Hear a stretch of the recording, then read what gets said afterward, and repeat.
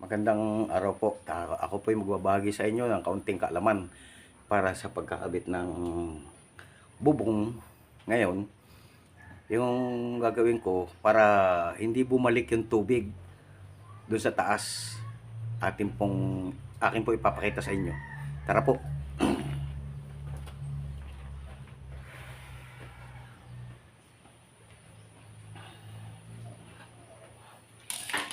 Ito po yung sa dinding. Kunwari po ito yung sa dinding. Lalagyan natin ng stopper. Ito po ang gagamitin natin. May baak po yan sa gitna.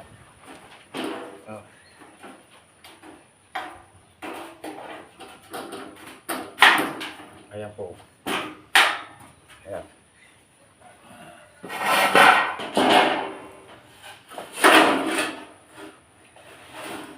Ayan po.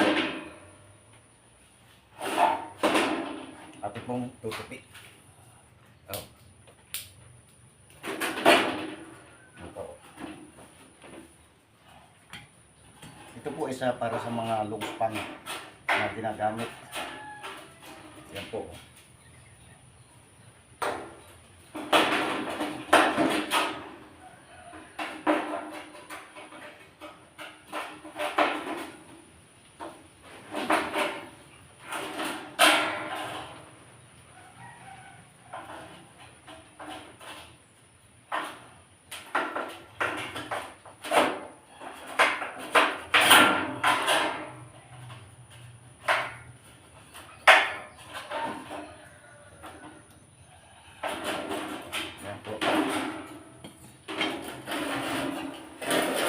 Po siya. Kinikilo po natin para hindi bumalik ang tubig. Ayan po. Ito po ay yung sa taas na parte ng bahay sa bubong. Ngayon. Ayan po.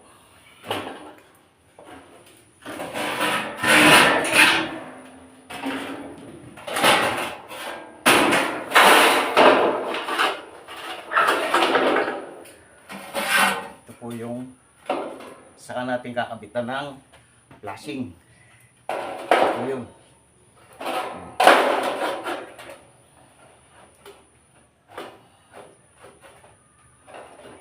Halimbawa po ito ay dinding.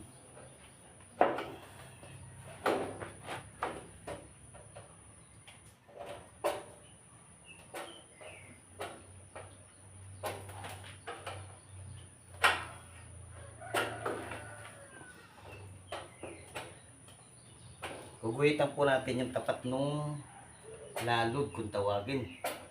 Yan po, lalod yan. Saka natin gagayatin.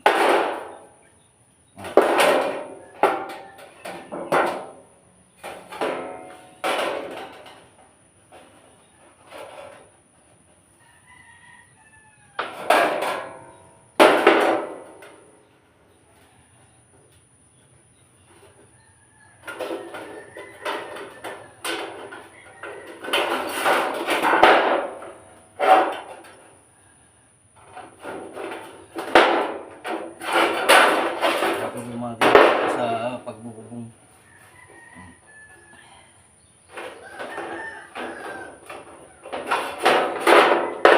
Ito po ay kunwari ay nagbububong tayo.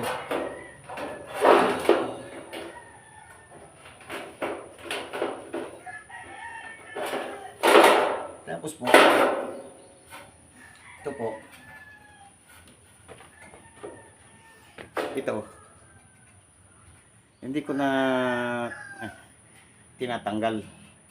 Tinutupi ko yung paloob. Ayan, ganyan.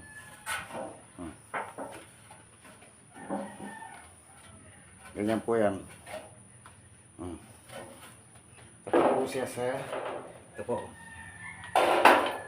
Nalimutan ko po isa.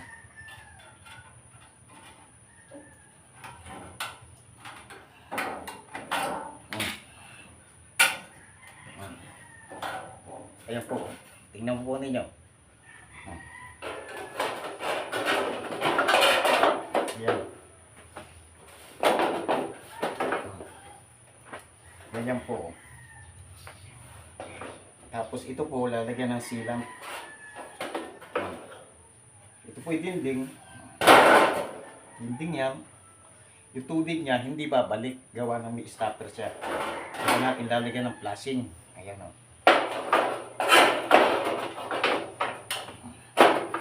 Ayan po.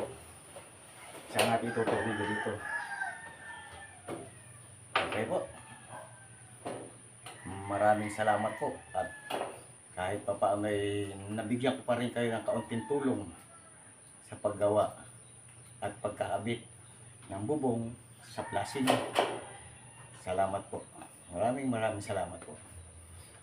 Magandang araw po sa inyo lahat. Mabuhay po tayo.